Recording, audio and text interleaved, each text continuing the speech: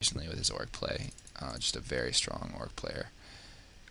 Up there, he's getting up there with Lynn. He definitely deserves to be mentioned with Lynn and Grubby and all those guys in terms of top orc players at the moment.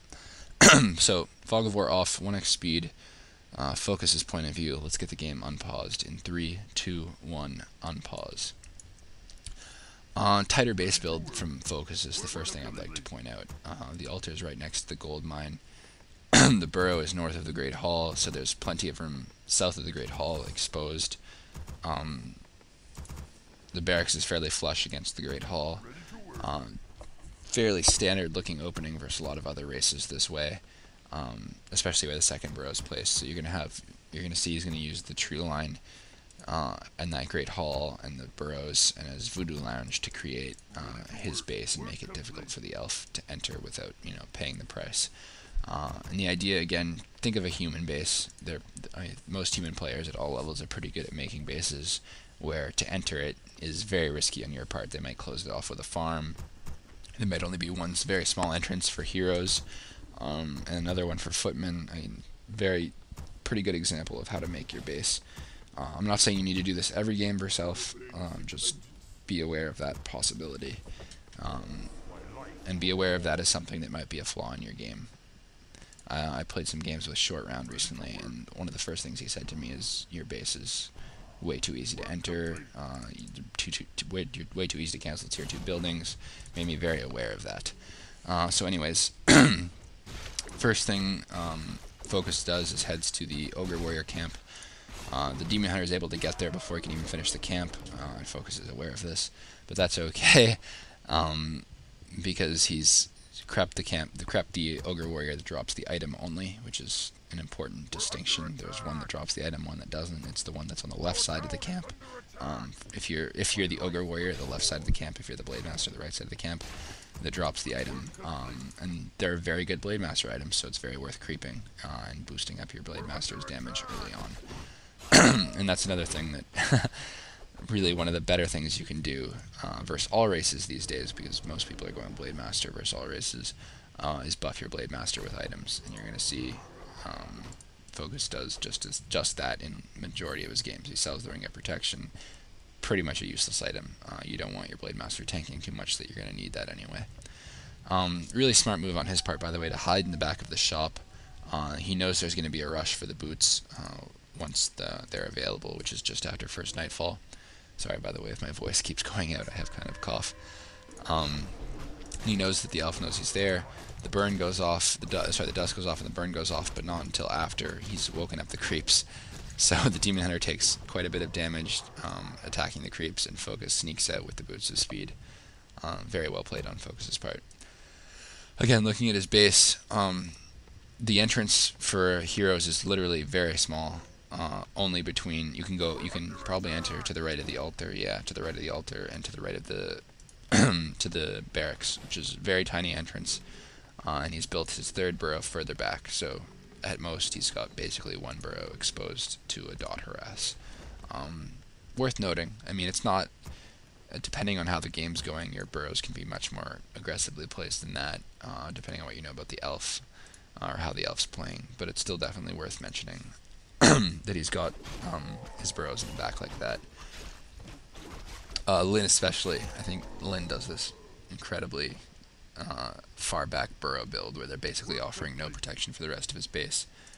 He'll frequently use that on Turtle Rock and Tyrannistan, where he's expecting aggressive elf play with dots. On a map like Twisted Meadows, where you might see hunts, you won't see burrows as far back like that. Much more rare to see. Anyways, Demon Hunter, Blade Master goes in, takes out the Wisp. Again, he's aware that he's almost tier 2. He does not want to take severe damage on his Blade Master before tier 2. He's at the tavern because he knows the elf will be hiring a Beastmaster at tier 2. But again, his whole goal is to keep the elf out of his base and allow his tier 2 buildings to get up safely. Whereas obviously the elf's goal is the opposite of that, is to take down his tier 2 buildings. So the elf's hitting tier 2 just now. He chose to keep his archers in his base. He's going for an archer surround on the Blade Master there. Doesn't quite work. Notice Hef does not have the boots of speed on the Demon Hunter. Very, very important distinction. Like I said in the first game, you need to have them. I really think that's a mistake on Hans' part not to have them. With the Orb of Corruption, it basically ensures that any grunt you attack is going to die if you're able to focus it for more than a couple seconds. And early on, any weak grunt will die if you just right-click it, and you can literally go AFK. It's gonna die. Anyways, Hanf's choosing to do something which drives me insane, and elf players have done versus me a lot lately. Splitting up the army. The Beastmaster with Quillbeast is pretty much his own building canceling force. The Quillbeast and the Beastmaster do not die very quickly to burrows, so they can enter almost with impunity into your base, unless you have a very great base like Focus has. But usually it's not very risky for them to enter your base. So you'll notice he canceled the lodge there, and these 3 quills are going to cancel the lodge a second time, which is obviously going to be very costly for Focus's wood. He keeps the Blade Master towards the elf base. He does not want the Demon Hunter and archers coming over for free, but he does send his grunts back to help the Tauren Chieftain, and also because he's going to be creepy with the Tauren Chieftain. So his next goal is to be power creep the Tauren Chieftain, obviously. Again, looking at his base, one of the nice things about this game is things don't go perfectly for Focus. You already saw him got a Ring of Protection instead of Claws. His lodge was cancelled twice, so that's cost him some wood. So Hanf is in pretty decent shape, I would say. He's on his way to tier 3. Both wins are up, neither has been cancelled. Excuse me, and the shop is going up. He's also got a Quill stalking the Tauren Chieftain. You'll notice, there's a weak grunt there. It's not going to die, but still, the Quill is able to do some pretty significant damage to it. Hero levels 2-1 versus 2-1. 37 food for Focus, 35 food for Hanf. So things are a lot closer at this point in the game than they were in other games, which means it's going to come down to, how well you can actually battle at probably 50 food or in larger numbers. Focus is given pretty much map control at this point. He has Ensnare and Spirit Link, or Spirit Link soon actually. He doesn't have Spirit Link, but he does have Ensnare, which is generally the time when the elf wants to back off. If they've cancelled your buildings, then they can be aggressive at this point, because they know you don't have Link and Ensnare. But because he does have Ensnare, this is a time for the elf to creep. Or harass bros, that's another thing an elf will do. But they probably will not fight you in the open at this point. It's not to their advantage. Because it's not to their advantage, it's to your advantage to fight in the open. So again, I mentioned it before, there's this small window when they don't have Cyclone and you have Spirit Link and Ensnare that is very beneficial for you to fight. And that window also includes them not having a Goblin Tinker. It's small, notice it's already Tree of Eternity, but nevertheless, what you do in that window can really, really influence the rest of the game, and it's pretty important. So you notice here he takes out the shop, instead of power creeping the Tauren Chieftain, forces the port. I've already mentioned what happens when elves lose their ports. It's like what happens when human loses their ports. Their heroes become a target.